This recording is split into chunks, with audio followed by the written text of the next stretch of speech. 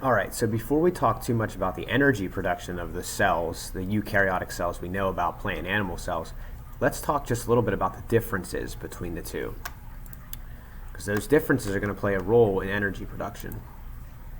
So we have an animal cell pictured in the cartoon above and a real image below, and we have a plant cell. Structures never found in a plant cell: lysosomes, centrioles, flagella, and we don't necessarily know what flagella are at this point. Really, the main thing that we're concerned about right here is lysosomes, the concept being that plants don't take in their own food, they make their own food, so there's no reason to have to digest or break anything down, which is what the lysosome does. Structures never found in animal cells include chloroplasts. Don't worry about this word plastids. We're going to call them chloroplasts because that's the type of plastid that we focus on primarily.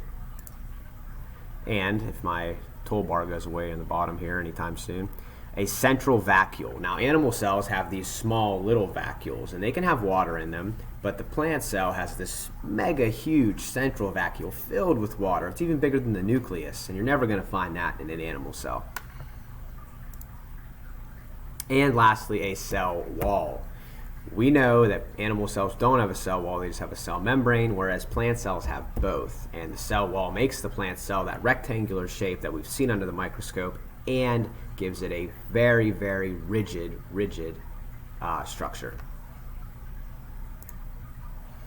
Okay, so about the large central vacuole just a little bit, because it is important, and we can see it depicted here in a microscope slide. The central vacuole located in the cartoon there is very large, and it's usually found in mature plant cells.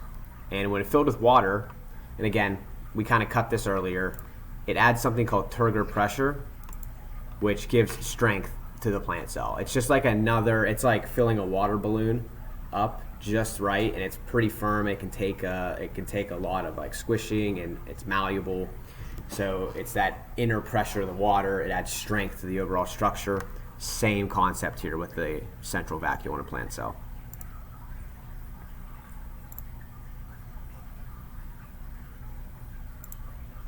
Okay, the cell wall.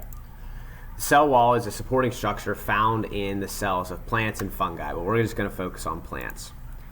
Main function of the cell wall is to provide support and protection. You can see here, this is the cell wall, and this is the cell membrane. All right, this is the division that exists amongst them.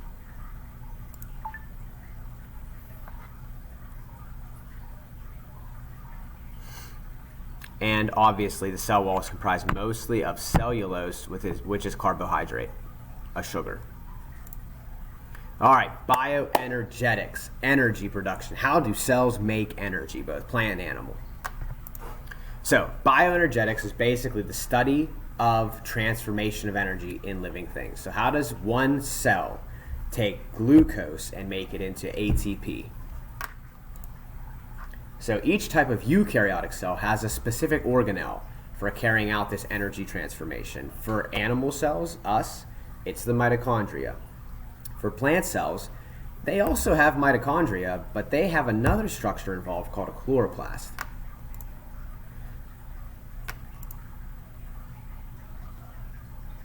And in plant cells, mitochondria, just like animal cells, do carry out cell respiration. But the chloroplast is an added step for the plant cell because plants are autotrophs and make their own food. So the chloroplast is probably involved in making glucose, one of the components needed to make ATP. We see some plant cells here. Actually, I think these are some bacterial cells with chloroplasts in them. All right, so let's talk about this thing called the mitochondria. Let's talk about cell respiration. We know it as the powerhouse of the cell, but I like to call it the energy center of the cell. We know it makes ATP via the process of cell respiration, and the ingredients for cell respiration to make ATP, are oxygen and glucose. There are 3 steps within cell respiration. It's called glycolysis, the Krebs cycle, and the electron transport chain. You don't necessarily need to know these names by heart. You just need to know that cell respiration breaks down into parts.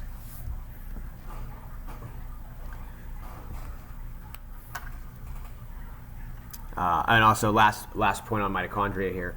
It is an aerobic process, meaning oxygen is required, right? So oxygen plus glucose allows cell respiration to happen, and the end result here is ATP, lots of it. And just a hint, you're going to see this very image on the Unit 3 test. Now let's talk about chloroplasts, because both plant and animal cells have mitochondria, but only plant cells have chloroplasts. So what the heck do they do?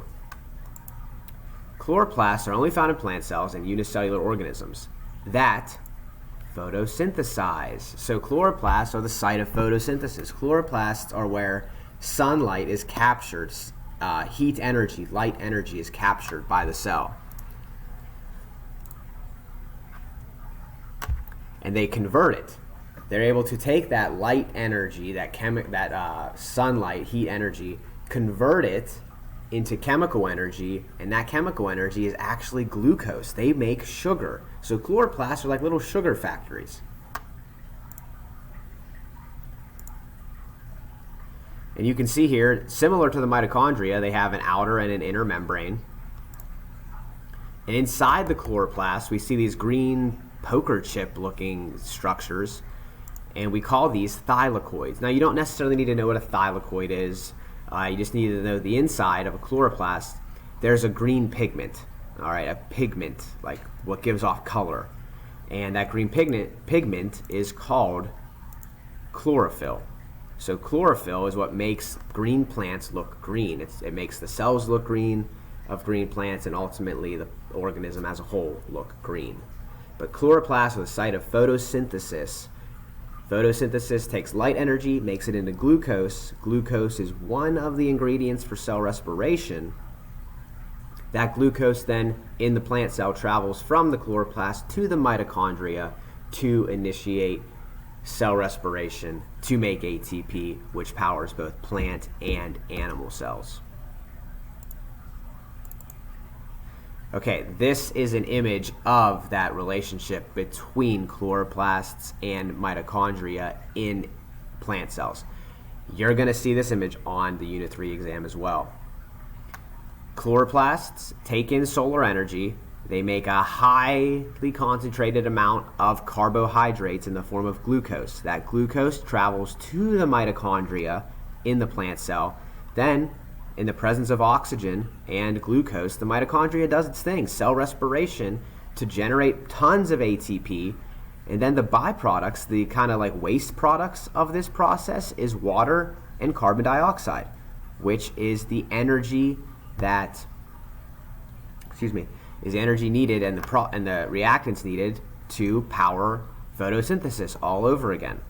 So you can see it's like a loop of energy production in the plant cell. All right, folks, thank you for your time. That is Unit 3.